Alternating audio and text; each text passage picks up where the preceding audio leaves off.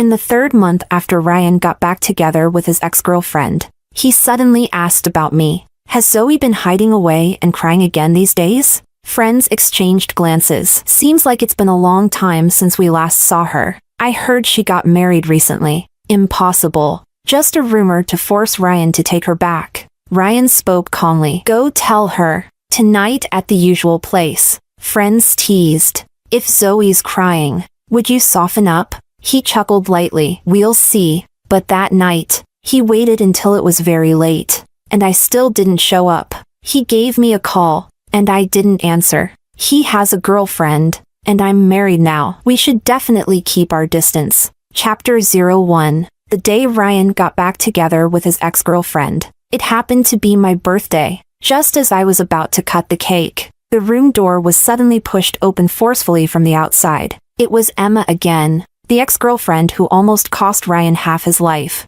She was so beautiful, her dress and makeup impeccably perfect. Even her hair seemed to be glowing. I instinctively hid my hand behind my back, but the calluses on my fingers accidentally snagged a thread on my dress. Ryan. Emma pushed past the friend standing in front of her. She lifted her skirt and rushed in front of Ryan. I give up. This time, I'm the one giving in. Her words sounded submissive, but her chin remained defiantly lifted. She struggled to hold back her tears. The room fell silent. I instinctively looked at Ryan. His expression was cold as he sat on the sofa. Indifferent. He didn't look at Emma once, but his lips were tightly pressed. Ryan, I'll ask you just once. Do you want to get back together with me? As soon as Emma finished speaking, Ryan suddenly let out a mocking laugh. Who do you think you are? You break up when you want, and then get back together when you want? Even as he spoke, he reached out and pulled me into his arms. His movement was rough, and my nose bumped against his firm chest. The sharp pain almost made me tear up. Emma, I have a girlfriend. Can't you see? Ryan lowered his head, and his kiss followed, landing at the corner of my slightly wet eye. Emma's face went pale instantly. Fine. You're ruthless. She pointed at Ryan, tears falling more fiercely. Ryan, I will never speak to you again in my life. After she said that, she glanced at me tearfully. Then, shockingly, she pushed the table over. The champagne tower fell. The glasses shattered.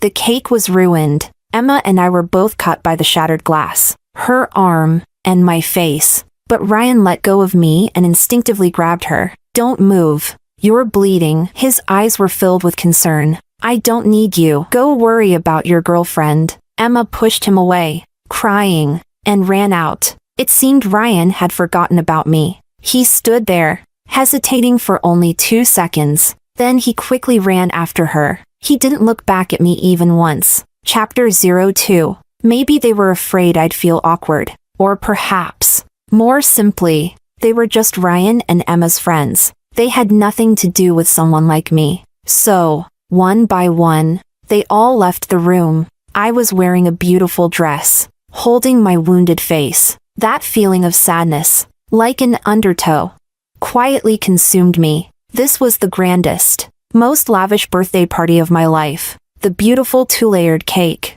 It was the one I used to watch, pressing my nose against the bakery window as a child. I had secretly looked at it countless times, imagined its taste countless times. I almost had it, but now it was all a mess. I crouched down, picked a clean piece and took a bite, but it didn't taste as good as I imagined, not even as good as a cheap cupcake. But I still ate that piece of cake. By the time I finished the cake, Ryan's call came through. Zoe. His voice came through the earpiece, and faintly, Emma's too.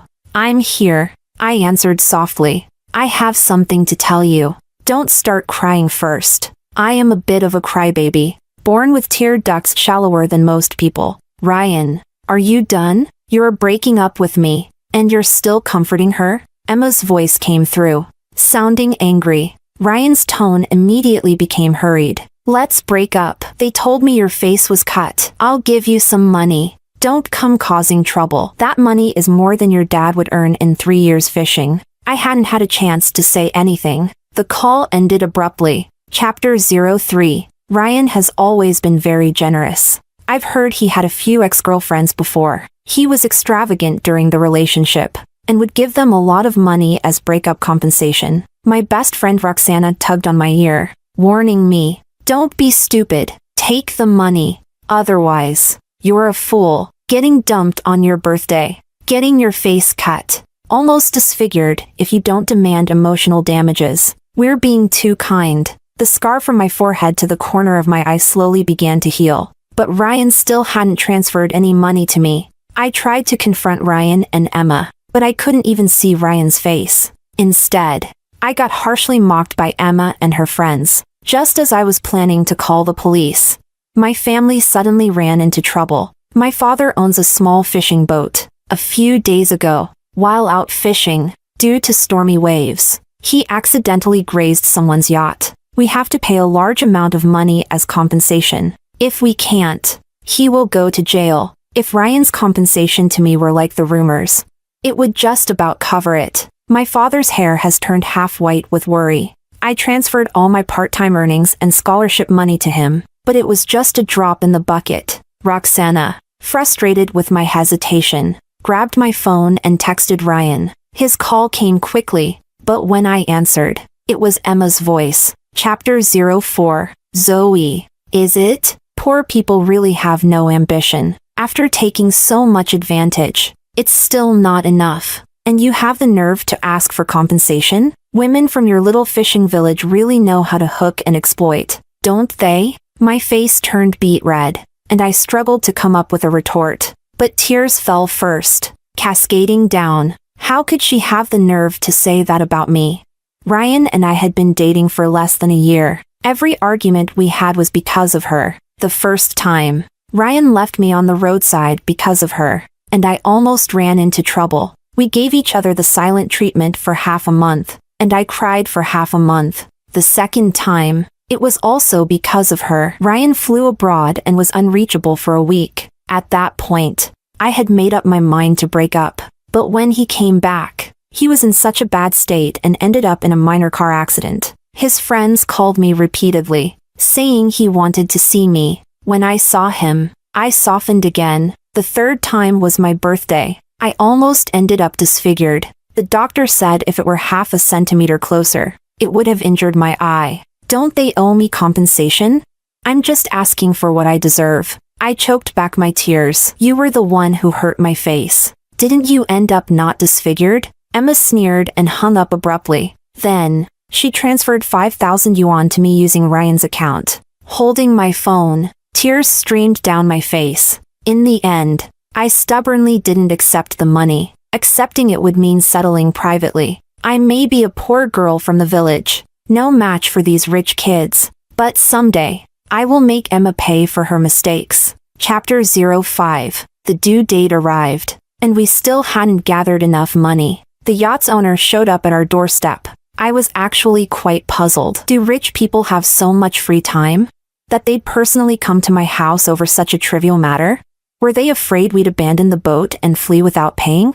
I discreetly observed the man. The watch on his wrist, I'd heard Ryan mention that brand before. At least 8 figures. Unable to understand it. I just stopped thinking about it. I stood there with my father and brother, adopting a very humble attitude, hoping he would be merciful. And this man, named Elias, really did show mercy. My father was a bit confused. Did you say you'd give me a new fishing boat? My brother was trembling with excitement. Did you say I could open a shop and start a business on land? My father dreamed of having the most advanced, fully automated fishing boat. My brother dreamed of opening a small shop and settling down on land, never having to fish again. Yes, as long as she marries me. Elias pointed at me and said bluntly, her birth chart is good for me. Auspicious. If I marry her this year, my assets will double. My father and brother both looked at me. Zoe, what do you think? I stood there, dumbfounded. Elias looked about 27 or 28. Handsome, though when he wasn't smiling, he looked quite stern. Worth billions. Tall, long legs. Any way you look at it, it's a good deal for me. I swallowed nervously. If Dad gets a new fishing boat, and my brother gets a shop, why don't I get anything? Elias was startled at first, But then he smiled. When he smiled, he looked rather gentle and elegant. I felt my face heat up, too embarrassed to look at him again, but he waved his hand, and someone brought in lots of small cakes. They were fragrant, delicious cupcakes. I could eat 3 in one go. Holding the cakes, I asked him a few important questions. Your last name is the same as Emma's. Do you know her? Elias thought for a moment. I think someone in my family has that name. And is she afraid of you? The smile in Elias' eyes deepened. Her entire family should be afraid of me. In this entire city. Is your family more powerful than Ryan's? Of course. All right then. I hugged the cupcakes tightly and nodded vigorously. I agree, but I'm still in school. Can we wait a bit before getting married? Elias looked deeply into my eyes and smiled. We can register first, and have the wedding after you graduate. I raised my hand to him. Deal. Elias high-fived me. Pleasure to meet you. My face turned slightly red. You can still call me by my name for now. I don't want to make it public yet. Elias stood up. He really is tall. I had to tilt my head up just to see his face. All right, Zoe. When he said my nickname, it sounded a bit strange. Even after he left, my ears were still burning. Chapter 06. I would occasionally run into Ryan and Emma at school. Sometimes they seemed very in love. Sometimes they were arguing, but they always made up quickly. I started making a conscious effort to avoid them. A lot of classmates whispered behind my back that I had missed out on a golden opportunity. They thought I must be so jealous of Emma now, but no one knew. I often woke up in the middle of the night and opened my phone to check my account. There was the enormous dowry Elias had given me. I counted those zeros again and again, and then drifted back to sleep, satisfied. Soon summer vacation arrived. I went back home to go fishing with Dad, completely removed myself from Ryan's circle. So, when I got a call from one of his friends that day, I was quite surprised. After some small talk, his friend finally got to the point. Zoe, tonight at the usual spot. Ryan wants to meet you. I was just about to refuse. Dress up. Make sure you look nice. Here's a secret for you. Ryan and Emma have broken up. For real. They've broken up. Take your chance. I didn't even get a chance to say anything. The call ended. Dad was calling me to bring in the nets. I soon forgot all about it. Chapter 07. The friend came back, patting Ryan with a smile. I just called Zoe. The others immediately chimed in. Ryan, if Zoe cries, will you soften up? Ryan flicked his cigarette ash and chuckled. We'll see. But seriously, Ryan, Zoe's personality is so much better than Emma's. Yeah, Zoe is really sweet. Remember when you got in that car accident and she came to see you? She started crying the moment she walked into the hospital room. I was watching from the side and felt sorry for her. Ryan seemed to recall the past, his gaze softening. These days you've been with Emma all the time. I'm sure Zoe's been hiding somewhere crying. I remember the last time I saw her. She looked like she had lost a lot of weight. There's still a scar above her brow. Ryan paused slightly, the cigarette between his fingers. That day, Zoe got hurt too. How could he have been so heartless to leave her behind? But Zoe is always so good, so easy to comfort. He went home and changed into a new white shirt. Zoe really likes it when he wears white shirts. On their first date, Zoe's face turned bright red. She didn't even dare to look up at him. When he kissed her, she was so nervous she almost fainted. He even bought Zoe's favorite hydrangeas. On the way to their meeting, he went out of his way to buy a new cake. Zoe loves sweets, especially small, delicious cakes. The one on her birthday had been destroyed by Emma, but it didn't matter. He would buy her an even bigger, more expensive one. Ryan stood by his car, holding the flowers. He knew his friends were not far away, waiting to watch the excitement tonight. He felt a vague sense of excitement and nervousness, just like a first date. But as the minutes and seconds ticked by, Zoe still didn't come, until even the moon grew tired and disappeared behind the clouds. Ryan checked his watch. It was almost midnight. Finally, he condescended to call Zoe for the first time, but he would only call once. If she still wouldn't come down from her pedestal, then sorry. He would reconsider the idea of getting back together. But the phone rang for a long time with no answer, eventually ending on its own. Ryan frowned, feeling a fire of anger growing inside his chest. Suddenly, he heard his friends exclaim not far away, "There's a car coming. Is it Zoe?" It must be. Zoe loves Ryan so much. Instinctively, he turned to look, his eyes gradually lighting up. Not far away, a taxi stopped. A corner of a white dress swayed in the night breeze. That slender, petite figure, who else could it be but Zoe? Chapter 08. Ryan felt his anger vanish in an instant. Instinctively, he wanted to step forward, but then he forcibly stopped himself. He had waited for her the whole night. She hadn't even answered his call, although he really wanted to see her at this moment. He wouldn't take the initiative to approach her, but the figure had already turned around. The stars gave off only a faint, dim light. The streetlight was far above, casting a weak glow, but it was enough for him to see clearly. The girl approaching wasn't Zoe, even though at first glance, their build, clothes, and even hair looked so similar. It wasn't her. It just wasn't. The friends hidden in the shadows probably realized it too. Suddenly, they all fell silent. The expression on Ryan's face turned icy cold. Moments later, he threw away the flowers in his hand and turned to get into his car. But Emma had already run over, her voice breaking as she called out to him. "Ryan, you're looking for Zoe just because she looks like how I used to be, right? You don't like me arguing with you. Don't like me getting jealous. Don't like me dressing too sexy." As Emma spoke, tears welled up in her eyes. "If I turn back to the way I was before, can we be together properly again?" Ryan looked at Emma in front of him. She looked beautiful when she cried. With her long black hair and white dress, she looked pure and innocent. They had broken up and gotten back together so many times. And in this moment, she really did resemble the way she looked when he first fell for her. But what he found hard to believe, even for himself, was that as he watched Emma cry, he felt pity, but not the same kind of heartbreak he used to feel. Chapter 09. Even more. As he watched Emma cry, he found himself inexplicably thinking of Zoe. Zoe never cried like this, hysterical. Her tears always fell in big drops, but she held them in, never crying out loud. She was always cheerful, so sweet and gentle. Whatever he said, she would nod obediently and say, "Okay." It was as if she never had a temper at all. After being together for a long time, he did feel a bit bored.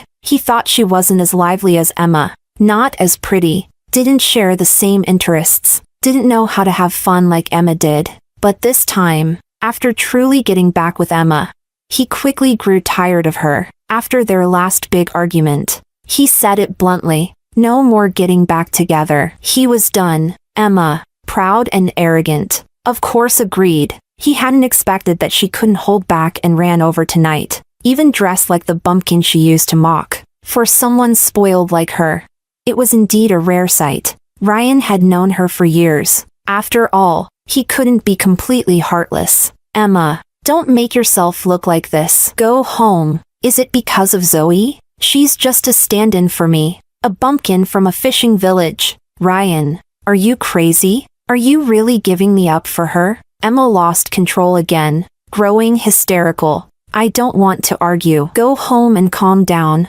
Ryan turned to get into his car, but Emma blocked the door. "Ryan, what do you want me to do? I've humbled myself to please you. I even said I'm willing to change back to who you liked." She grabbed Ryan's sleeve, crying louder. "Zoe was only with you for your money. Ryan, I'm the one who truly loves you. Can't you see that? If she really cared about you, would she have stood you up tonight, left you here waiting like a fool? The only time she contacted you after your breakup was to ask for compensation. Did you forget that?" Ryan's expression darkened, and he clenched his teeth. She was hurt that day. Compensating her was the right thing to do. "I asked the doctor. It's just a minor injury. A few stitches. Nothing close to disfigurement." Seeing his dark expression, Emma continued, "And tonight, she agreed to come but didn't show up. What does that even mean?" Ryan didn't respond, but his face grew even more sullen. Emma knew that Ryan had always been proud and arrogant.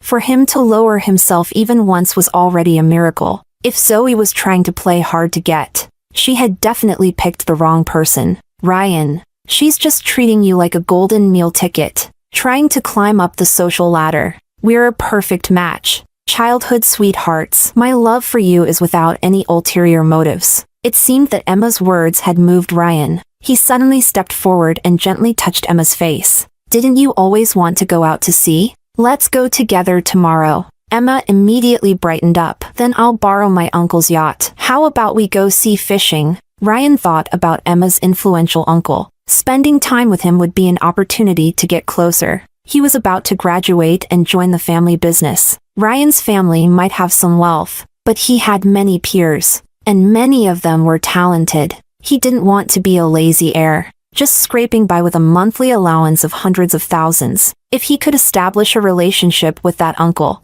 it would be incredibly beneficial for him. With these thoughts, Ryan's voice softened further. Are you sure it won't be inconvenient? Not at all. My uncle is super wealthy and always generous to younger family members. Last year, when I visited him for New Year, he even complimented me. Emma spoke with full confidence and pride. She knew that someone like Zoe, poor and manipulative, could never compete with her. Even if Ryan's feelings for her had faded, she still had a wealthy family backing her, and an uncle like Elias. Ryan could tell what mattered. He knew who he should choose in the end. Chapter 10. But the next day, when Ryan and his friends, who were ready to go out to sea, had everything prepared, they waited for a long time but never heard from Emma. Ryan decided to call her. It took a while for Emma to answer, and her voice sounded off, almost as if she were crying. Sorry, Ryan, my uncle needs the yacht today too,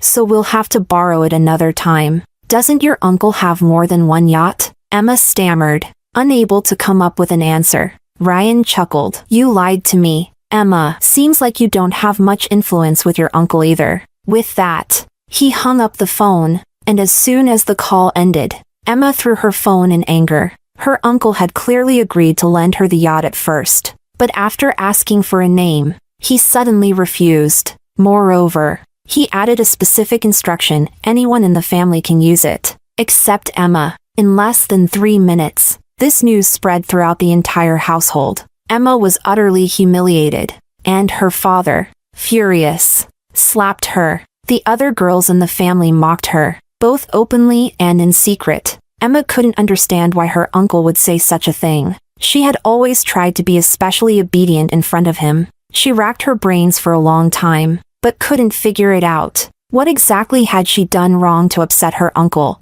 She couldn't understand, but she had a sinking feeling. From now on, her family's status in the larger family would surely plummet. Her parents relied on her uncle to make a living, and now, she had unknowingly offended him. Emma lay on her bed. The more she thought about it, the sadder she cried. What could she do to make amends?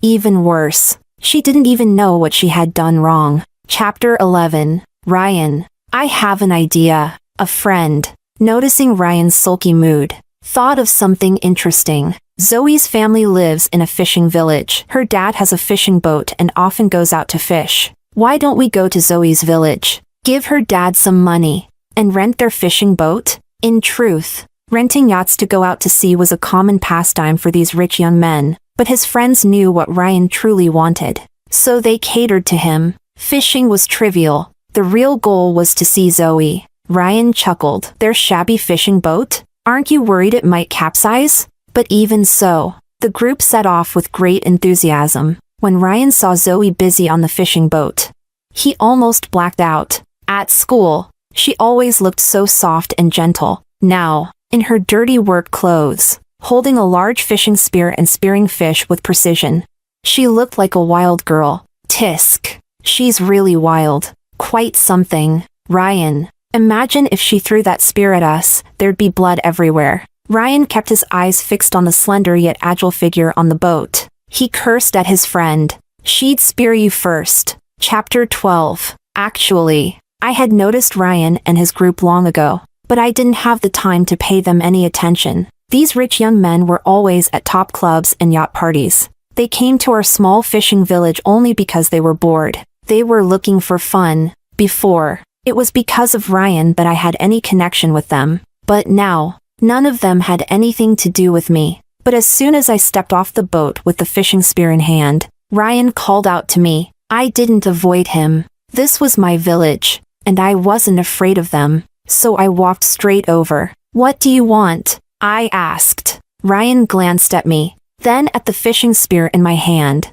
which was taller than he was. Put that down first. I gripped it even tighter. This is for spearing fish. Are you scared? Ryan's face stiffened, and he changed the subject. You want to rent your family's fishing boat? I shook my head. No way. My dad needs it to go out to sea. Ryan coldly named a number. I was tempted, but I still shook my head. No, we have a whole crew waiting. Ryan doubled the number. My shaking head slowed down. I still need to earn my tuition. Ryan doubled it again. I immediately beamed. Deal. Zoe, you're coming with us too. It's your family's boat. You're familiar with it. And besides, if we catch fish, we'll need you to make soup. I was just about to respond when Ryan added, Don't worry, the tip will be generous. Chapter 13. While they were fishing, I lay around on the deck, bored, feeding the seagulls. I was almost asleep from the sun when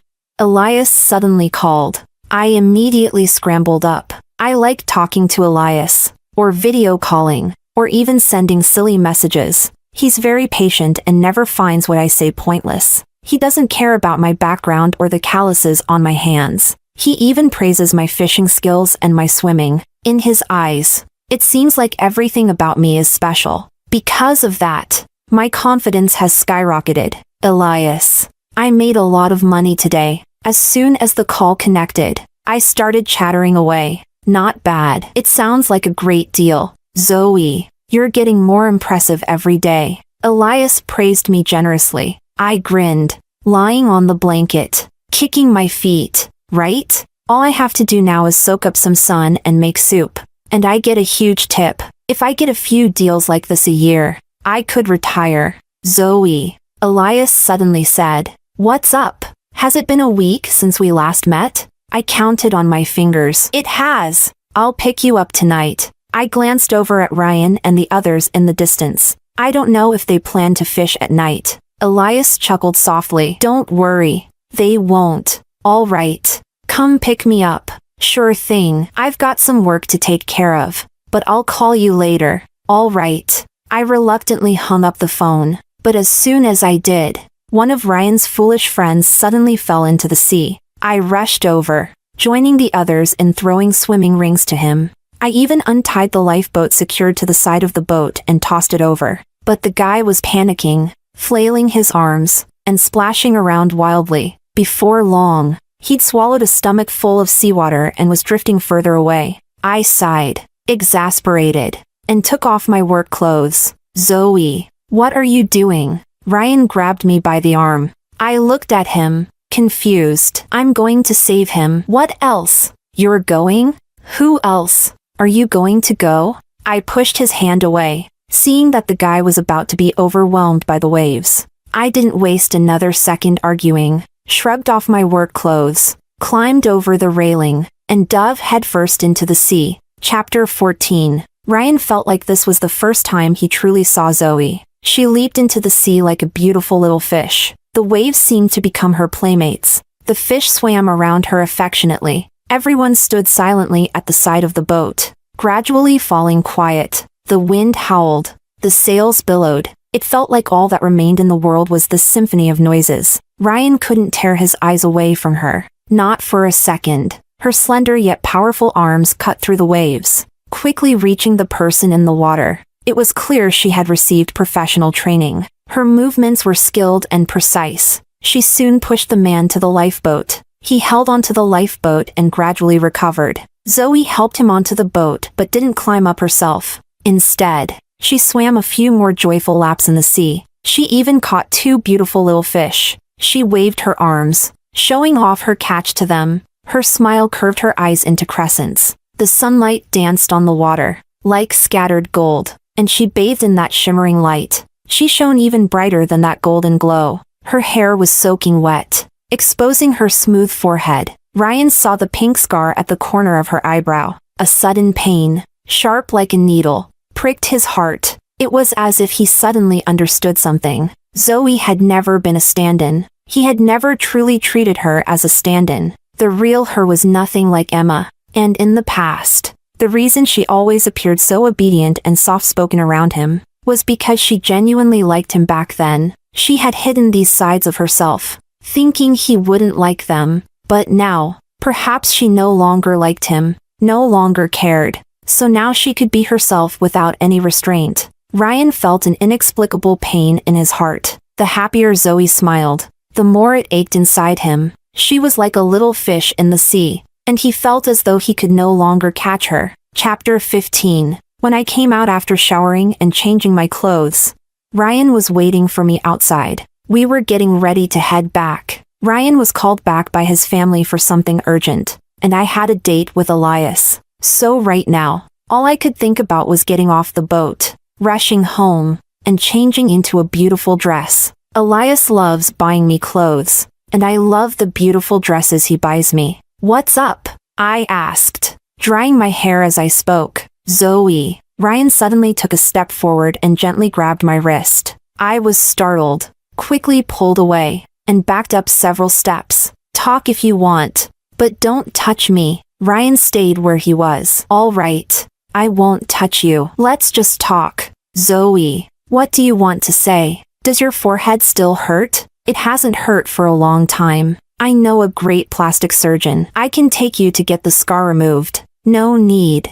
I already have an appointment." Elias had already arranged it for me. He said he'd make sure that on our wedding day, not even a trace of the scar would be visible. I'd be a bride who shined. What happened that day was my fault. And the money I promised to give you, no need. I finally looked at Ryan. It was the first time I looked at him seriously since we met again. I had liked him, though during the time I liked him, the sad and hurt moments far outnumbered the happy ones. When we broke up, it ended particularly unpleasantly. But between him and me, it wasn't as if we were sworn enemies. I'm a simple-minded person. I prefer to remember only the happy things. The past unhappiness, I don't want to bring up or recall. What's more, now I have a lot of money. Elias gave me a cake that day and a betrothal gift. Later, when we got our marriage certificate, he gave me an even more generous dowry. My little savings stash is full,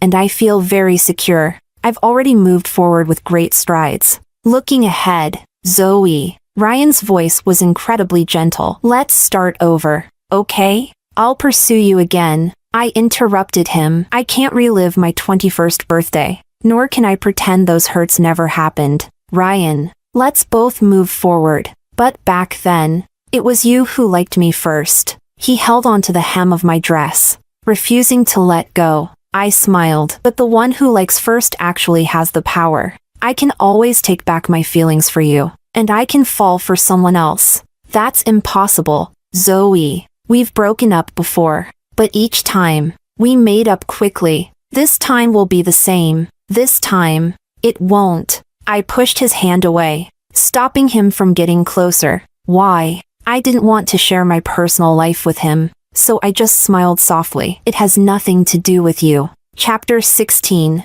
On the night of my date with Elias, I got drunk for the first time. As he carried me to the car, I clung to his neck, refusing to let go. Elias laughed. "Zoe, remember your limits with alcohol." "I can't remember." "Why should I remember? With Elias by my side, I wouldn't be in any danger or have any accidents. There will be times when I'm not around. If you're not by my side, I won't drink." I lay in his arms, feeling soft and lazy, not wanting to move. He felt so warm, but firm. Hugging him wasn't exactly comfortable. I shifted, wiggled, trying to find a comfortable position. Finally, I managed to settle into a spot that felt just right. But while I was comfortable, Elias seemed to be in some discomfort. I looked up at him. The alcohol clouded my vision, making everything blurry. I cupped his face. "Elias, what's wrong?" "Zoe." His voice suddenly turned husky,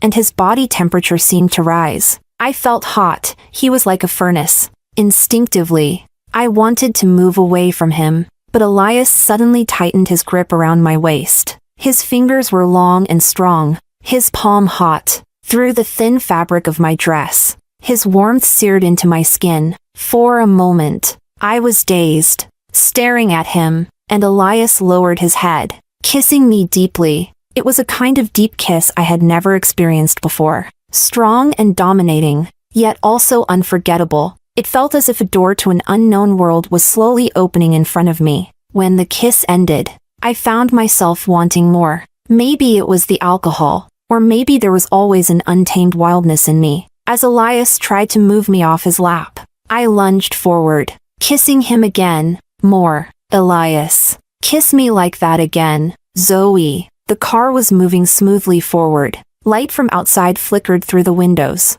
Elias' face was close to mine, his features looking even more handsome and chiseled up close. Breaths were hot, entangled together. There was a bit of a tickle in my heart. I opened my mouth and bit his chin. Stop being so slow, Elias. His Adam's apple bobbed violently, and suddenly, he flipped us, pinning me down on the car seat. His long fingers grasped my chin. Zoe, open your mouth. The car had been parked for a long time, and yet we were still locked in a deep, unrelenting kiss. At some point, I had tugged at his suit and shirt, leaving them disheveled. His abs and the lines of his V-shaped muscles peeked through. It made me even more entranced. But eventually, Elias still pushed me away. I felt awful, but the drunkenness was overwhelming. When he carried me out of the car, I nestled into his arms and fell asleep. Chapter 17. When Elias carried me upstairs, he gently kissed the side of my face again. His little mermaid had grown up, and he had finally come to fulfill the promise he made back then. In a sprawling, prestigious family, talented individuals in his generation were abundant, both openly and covertly. The competition never ceased. Elias's father had also once been embroiled in a fierce power struggle, to the point that it implicated his wife and children. He had been kidnapped and thrown into the deep sea, when he thought he would sink with the rocks and be buried in the belly of the ocean. Zoe suddenly appeared. Her diving gear was basic, but she swam incredibly fast. In his delirium, he even thought he had met the little mermaid from fairy tales. She cut the ropes with a small knife she carried, then dragged him to the surface. He spent that night lying on a rickety fishing boat, saved by her fish soup. She talked a lot, chirping endlessly. She had so many wishes. She wanted to buy her dad a new fishing boat. She wanted her brother to open a shop on shore. She wanted the boy she liked to like her back. She wanted an endless supply of little cakes. At the time, he didn't have the strength to respond, but he remembered it all. And now, the time had come for him to fulfill those wishes. One by one. The only thing was, back then, the person she liked was Ryan. Now, would she like him? He thought he had enough patience to wait for the day he got the answer. Chapter 18. In my last few months at school, Ryan initially kept coming around, pestering me, but after a few days, he disappeared. Later, I heard from my best friend Roxana that Ryan seemed to have gotten himself into trouble. He had caused a huge mess for his family's company. It seemed that from now on, he wouldn't be able to enter the core family business again. As for Emma, it seemed that overnight she had been blacklisted by the socialites of Hong Kong. I had a vague sense that all of this was probably Elias's doing. The childish things I had once said, he had taken them all seriously. But I'm not the kind of person who's magnanimous.